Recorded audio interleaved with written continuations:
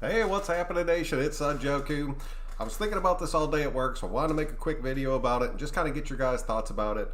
And just tell me what you're thinking, because part of it kind of scares me, but part of it I kind of like, and I just really want to get your guys' opinions on it, because I could not get it out of my head all day long. This that you're looking at right now is our offense that we finished last season with everybody healthy and everything looking good. We ended up having Zay Jones on one side, we had Williams on the other, Waller at tight end. We had Renfrow sitting in that slot spot, and then when he came out, Foster either came in or Ingold came in. And it was honestly kind of predictable and kind of sucked to see. But at the same time, it worked at times, and it was incredibly efficient. So my question to you guys is, going into this next season, do you think week one coming out, there's a chance that this is our starting offense? And I don't want it to be. It kind of pisses me off, but at the same time, this offseason is going to be completely jacked up. It's going to be, they keep calling it what?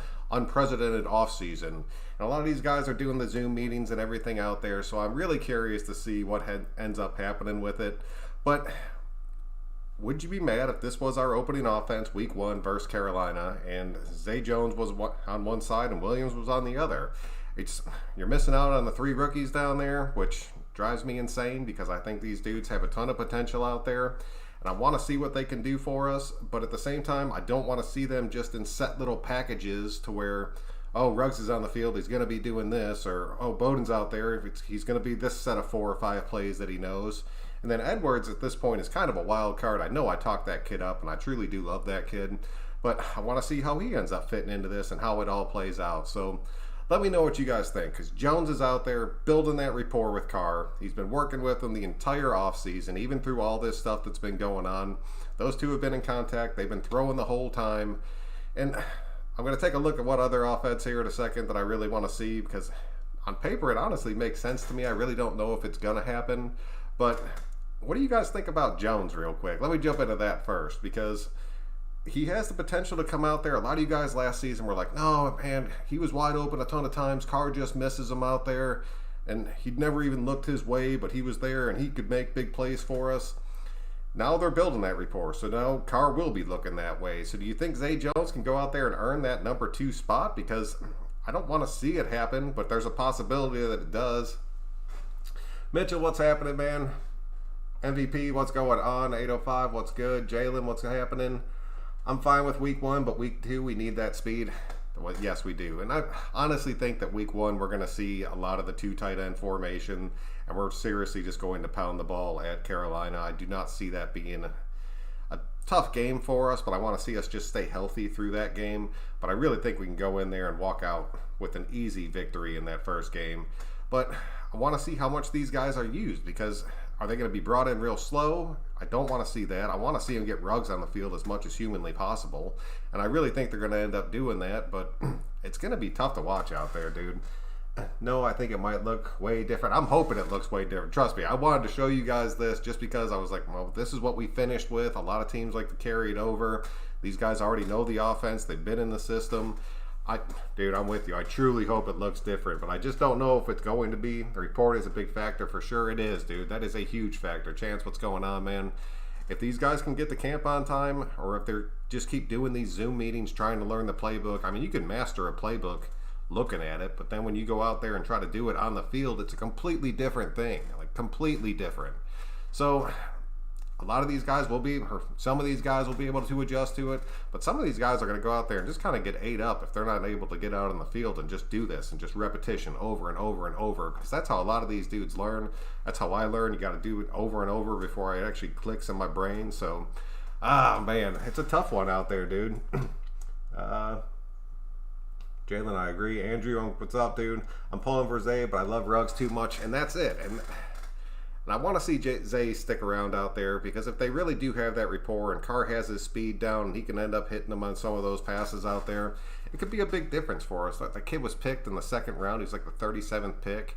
And he's a vet at this point. He knows what he needs to go out there and do. He's been in this offense. He came in mid-season, which sucks for any position because there's no chance you can pick it up and learn everything that you need to learn.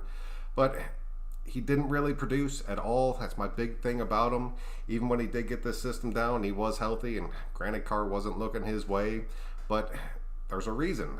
To me, there's a reason that wasn't happening. But I mean, if you spend the entire offseason with somebody, he's going to end up being one of your first looks just because you know where he's going to be. You know what his tendencies are. You know what he's going to end up going out there and doing. So, oh man, it's big. It's truly, truly big. If Ruggs goes on the field only sometimes, sure teams will think it's going to him. But that opens, it does open it up. J-Dog, what's up, dude? Welcome to the show. But I don't want it to be like to where he has such a specific package of plays that he knows that defenses can watch like the first 4 or 5 games and then figure out, okay, if Ruggs comes on the field, it's going to be one of these 5 plays, and then based on what formation we're in, we end up getting lit up, and then after the game, we're like, oh, no, we knew what they were going to do the whole time out there. That drives me insane. Like, truly drives me insane. Rich, what's happening, dude? This was our downfall the last 8 games of the year. We didn't put any fear in the opposing defense, at least Ruggs for Jones. And I'll give you that, dude. I do not back this offense at all. But I do have an offense that I do want to show you guys that I really think is cool. I don't know. It really works. It really works on paper. And, I mean, that's all we can really look at right now. But I really think it would be a big difference maker, and it would keep a lot of these dudes on the field. No chance Jones starts over Ruggs. Alex, dude, I'm with you, man. I am with you. I'm just wanting to look at what we were looking at the end of last season. And then these guys all having the playbook and knowing the system already. And part of me thinks this really could be our offense that you see hit the field like the very first set of downs, week 1. And part of it makes me mad, dude. I'm not even going to lie about it. Personnel just had surgery. Pray and wish me luck, man. So I was stumbling, dude. Best of luck. I've had a few surgeries in my life. None of them have been pleasant at all. Recovery time on them sucks, but I'm praying for you, dude. I've been through it. I'm hoping you make it through. Zay Jones is not as fast as Ruggs, but he knows the offense way better than any other rookies. Watts, that is what I'm saying, dude. That's why I'm saying this is a real possibility. We could not be pissed if we go out there and this comes out there. And you see this week 1, possibly going into week 2 if it ends up, because I mean, if we run this offense, we go into Carolina and we just smoke them, like just completely smoke them. And then we got our momentum going, we're looking good, and we go into week 2 and we bring this offense right here against the Saints. We're going to pay for it. We're going to pay for it big time. So, I don't know. We have that element of a little bit of surprise out there to where when you do start bringing in Edwards and Bowden and Ruggs, teams aren't going to know at all what you're going to do. And if they can produce off of that, that's going to be huge for us. But I'm just talking about our base offense. You might see Jones over Williams. Man, that's a bold statement, dude. I really like, if Williams can go out there and ball like he did those first few weeks, I like it, dude. I truly do like it. And then if Zay Jones has that rapport, I mean, honestly, it would open them up. Because, I mean, you got to watch out for Jacobs still. You still have to watch out for Waller. And Renfrow is a beast. So, I mean, on paper, this offense right here looks good. But at the same time, this offense got smoked at the end of last year for 8 straight weeks, pretty much. No way. Tyrell going to start unless he's hurt. Yes, I truly believe that. I really think Tyrell's our number 1 this season. Jones won't start over Ruggs, I agree, but there's a whole 60 minutes of play to fill. There is, dude, and that's what I'm saying. There's going to be so many packages that we end up working in there. I just think a lot of these packages, I don't want it to be like certain personnel coming in, because that's what makes you predictable out there. I think the Raiders' best advantage is, being unpredictable. You're referring to the receivers, that means not knowing who will get the ball and the splash Ruggs in there, at least in the beginning. And I could see it. Who was it? It was, man, what was that dude's name? Calvin Ridley, that ended up going to Atlanta. I could see Ruggs playing the exact role that he played his rookie season, where when they get into their spread packages, he just stretches the field out there. But I also see Ruggs being that number 1 receiver when we're in that 3 tight end package, because having Ruggs out there stops them from stacking the box. You have no choice, which frees up our tight ends to do a lot of things, and that's a big part of what Ruggs is going to do for us. I truly think you will see that out there.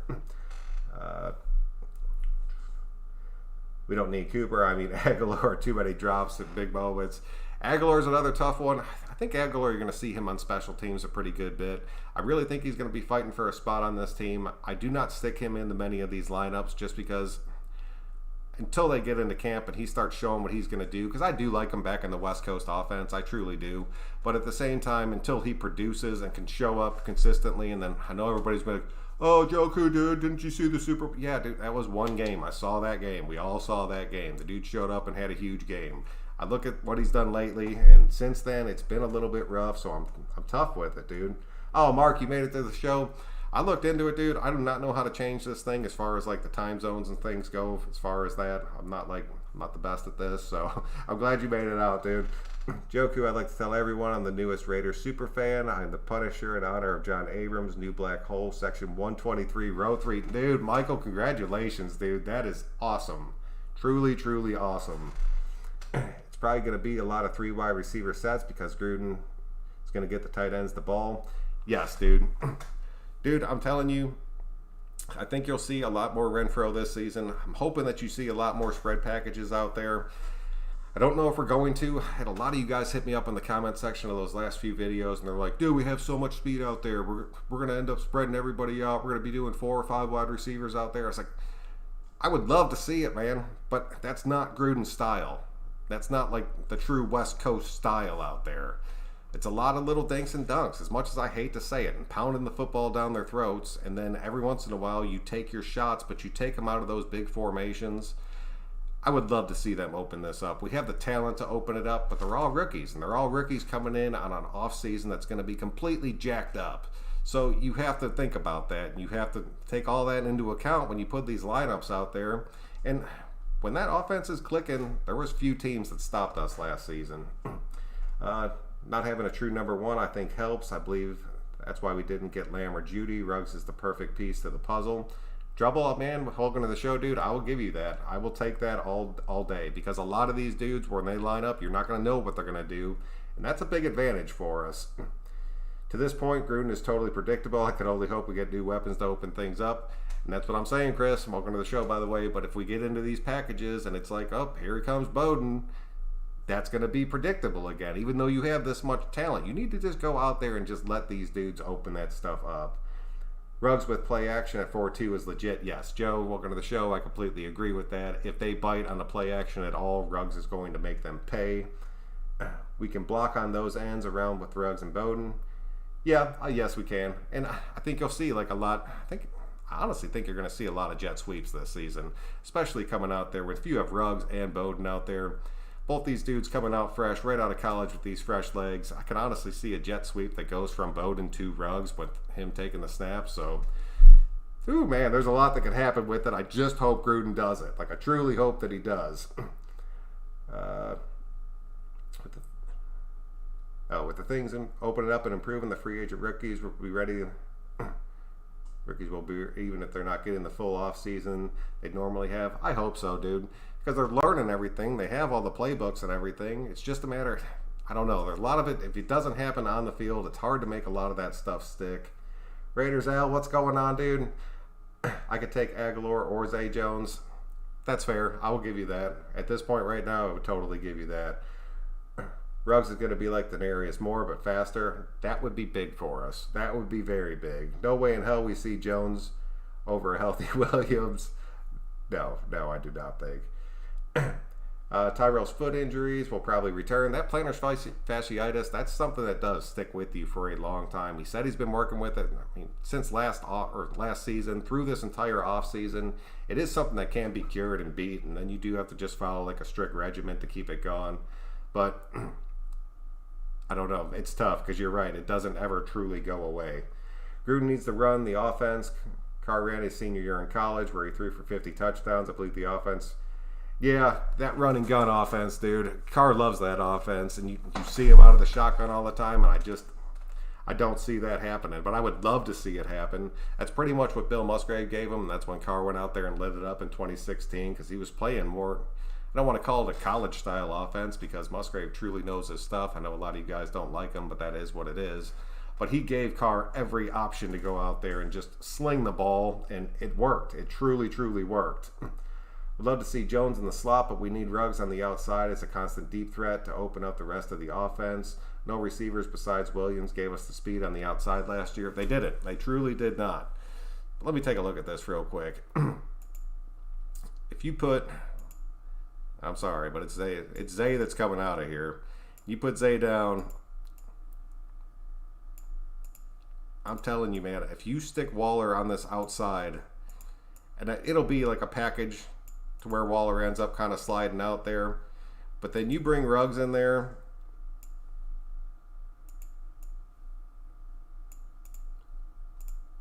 That is dramatically different. Like the speed that just hits the field at that point right there is a crazy difference to what we just had out there. And it's sliding Waller to the outside. You have Renfrow, and honestly, let me switch these dudes real quick because this makes it make way more sense out there.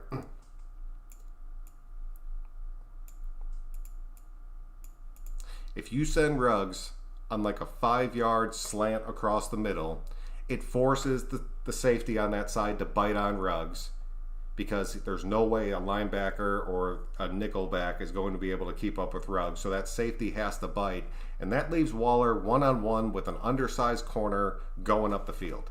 I know we won't see it that often, but that truly works right there. Then you still have Williams and Renfrow, and I'll tell you right now, if you cross Renfrow and Ruggs across the middle out there, you could have Williams and Waller just kind of streak the outsides, and with whoever that other safety has to play to, you just air it out to the other one. And then honestly, if Ruggs ends up just splitting that seam in the middle, you just peg him over the top and he's gone, like truly gone. So I know it's a little far-fetched, but with how many tight ends we're carrying, even if you went into a 2 tight end set out there, you could still have Witten and Foster on each side, and you could bring Ingold in there, and I'm telling you, dude, Waller on the outside works. And I know we did it in the past, and I could see us doing it a little bit more, because if you bring Waller and put him around the outside and you put Ruggs in that slot, that's huge, dude. That is a truly huge difference maker for our offense. And then just let Carr, dude. Just let Carr pick teams apart. I think that would be massive for us. Ty, what's going on? Carr is bad. No, dude. Oh, come on, Ty. You better show up when I break down that Broncos video. Remember that even Jacobs had his miscues. These new weapons will have a learning curve, especially with the weird offseason. They will. I mean, you saw it twice last season where Carr made a pitch that was just a straight fumble that the other team capitalized on. Josh Jacobs is... Okay, Ty, I think we're done here. Oh, tell Locke to go back to One Direction. Oh... Probably much better than the narratives that have been tossed at him. Carr is, dude. Carr is going to rise above all of that this season. I promise you that. And if he doesn't, get ready for a big fat dose of Mariota out there. How's Trent Brown looking? Any injury update? From what last I heard about Trent Brown, he was looking good. Our entire offensive line, from the last I heard, was actually looking good and ready to go. Musgrave, yes, dude. I truly hate Greg Olsen. I'm not going to lie. Last time Olsen was on this team with Carr, Carr sucked. And now he's back again, and Carr's struggling again. I would love an offensive coordinator to come onto this team and just kind of take over, but that will never happen. The reason that Olsen is on here is because he is the perfect little... Oh, man. He'll do whatever Gruden wants them to do. I don't want to get in trouble or say anything, but I mean, that is what it is. Gruden is our offensive coordinator. He is our play caller out there. And Olsen is just there to... I don't know why Olsen's there. I'd way rather have another person out there. I got mentioned. Ty, you did get mentioned, buddy. I got you.